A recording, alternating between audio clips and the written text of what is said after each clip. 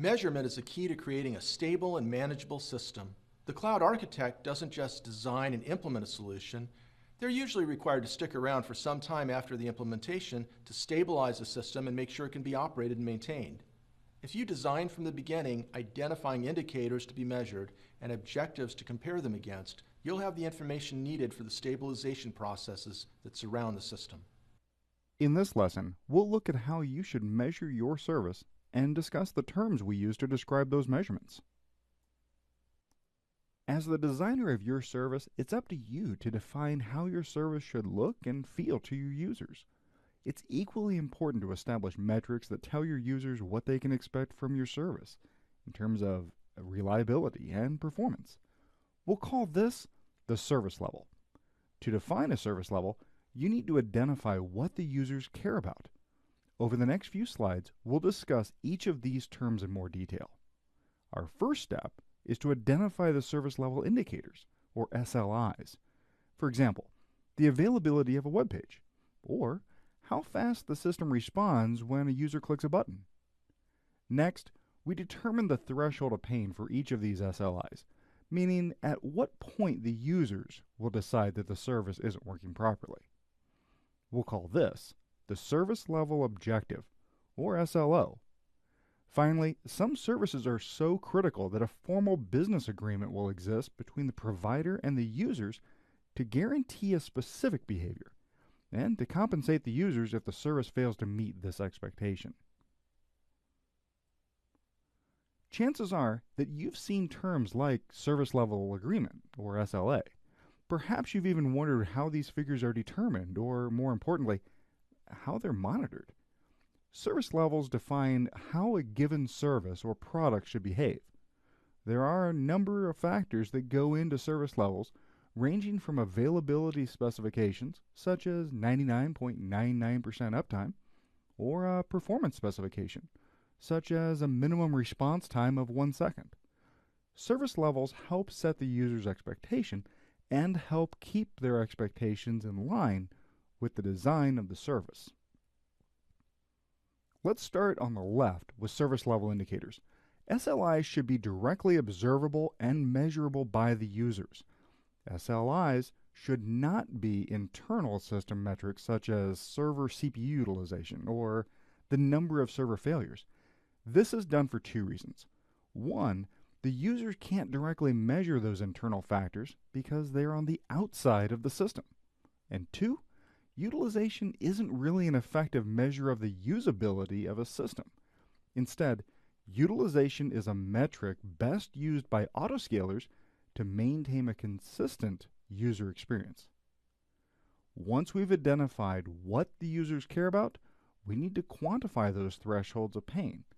This is represented as the Service Level Objective, or SLO. The SLO is a threshold value for an SLI, and the result should be set at the lowest or poorest level of service where the users will still consider the service to be in good working order.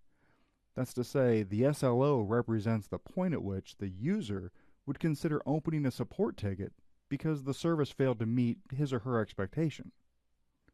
Going one step further, we have SLAs. As previously mentioned, some services are so critical that the loss of the service could represent loss of money for the customer, or even loss of life in extreme situations, such as autonomous cars or air traffic control. These contracts define an even more restrictive level of service that is lower or poorer than what is defined in the SLO. The key difference here is that the SLO is a soft target used by the owner of the service to set expectations. The SLA is a business contract that grants a user compensation if the service falls below a certain threshold. Therefore, developers and operations teams strive to maintain the SLO, which inherently meets the SLA figures. Here we have an example web application where we've defined a level of service using both SLO and SLA figures. In this case, we're quantifying the performance of the application using the latency of the HTTP responses as a service level indicator, or SLI.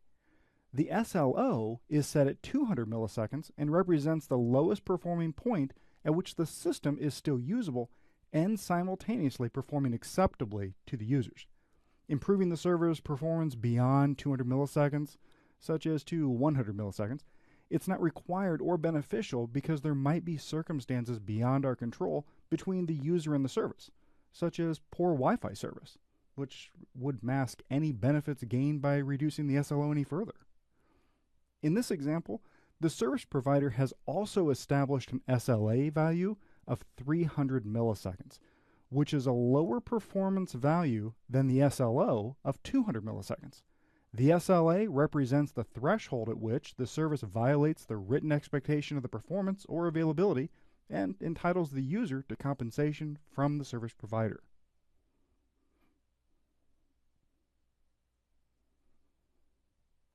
Service level indicators are a quantitative measure of an attribute of the service.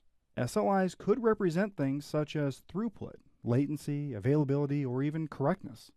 Be careful not to include internal system metrics such as CPU utilization or disk latency in your SLIs because the user cannot directly measure these values.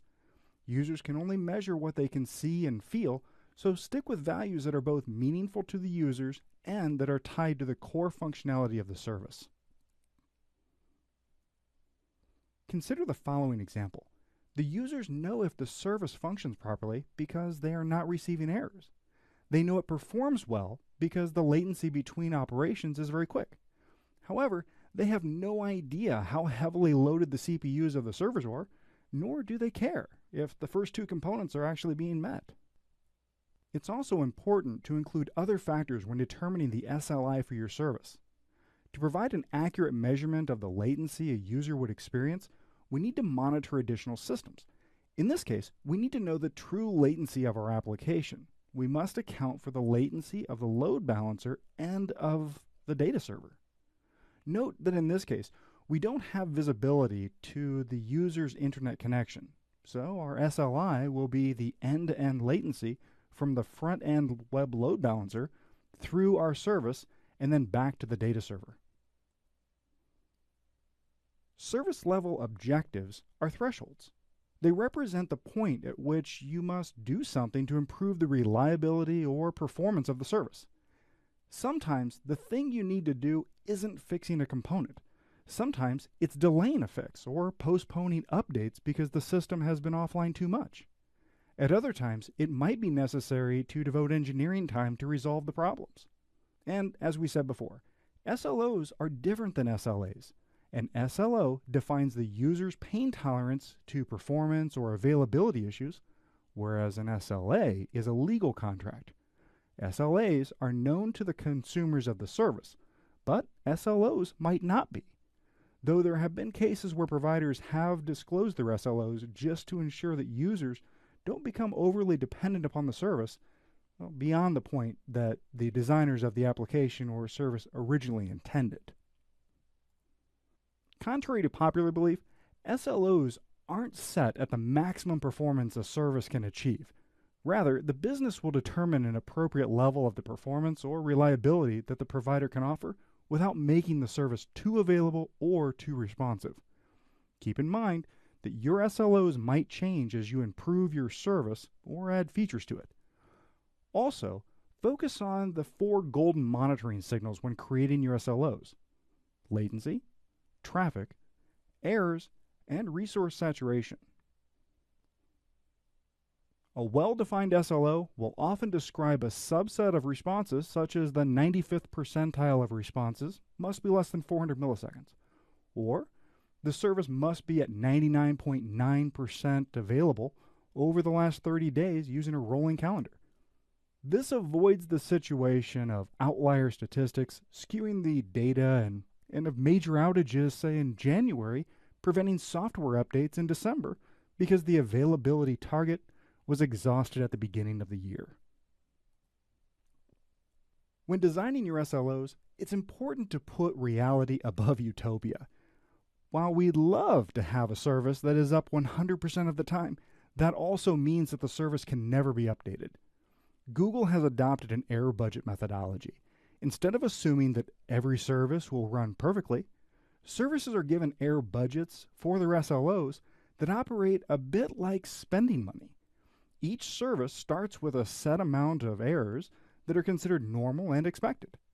Any errors in excess of this budget are considered outages. So the goal is to perform all the system maintenance and updates within this budget.